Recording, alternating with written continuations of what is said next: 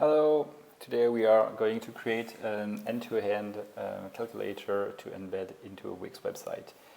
The idea is to create a body mass index calculator. So here I'm entering the height, the weight of the user and calculating the BMI. So I'm entering I enter some default values so the user understands easily what is done there. Then creating a formula. Calculation is easy. It's the kilogram divided by the height and centimeter to the power of 2. And I'm rounding everything to the first decimal so it has a better look. Saving the file and switching to Appizy Converter. I just opened the file I just created and there it is. I have my calculator, my web calculator.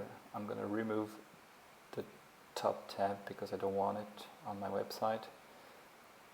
And this is working perfectly as I want it. And I'm going to save this file on my computer and switch to Wix to have it embedded. There we are on Wix. Let's create a new website about health and nutrition. So let's start with a template. I found one was pretty cool. Yeah, this one, nutrition coach. Perfect, that sounds good for me. Edit it. Wix is gonna create this website for me. Taking a few seconds, and I will add my calculator to a page existing on this template. Let's choose the plan page. So I'm switching to the plan page like that, and I will put my BMI calculator here. Removing the picture. What is the BMI?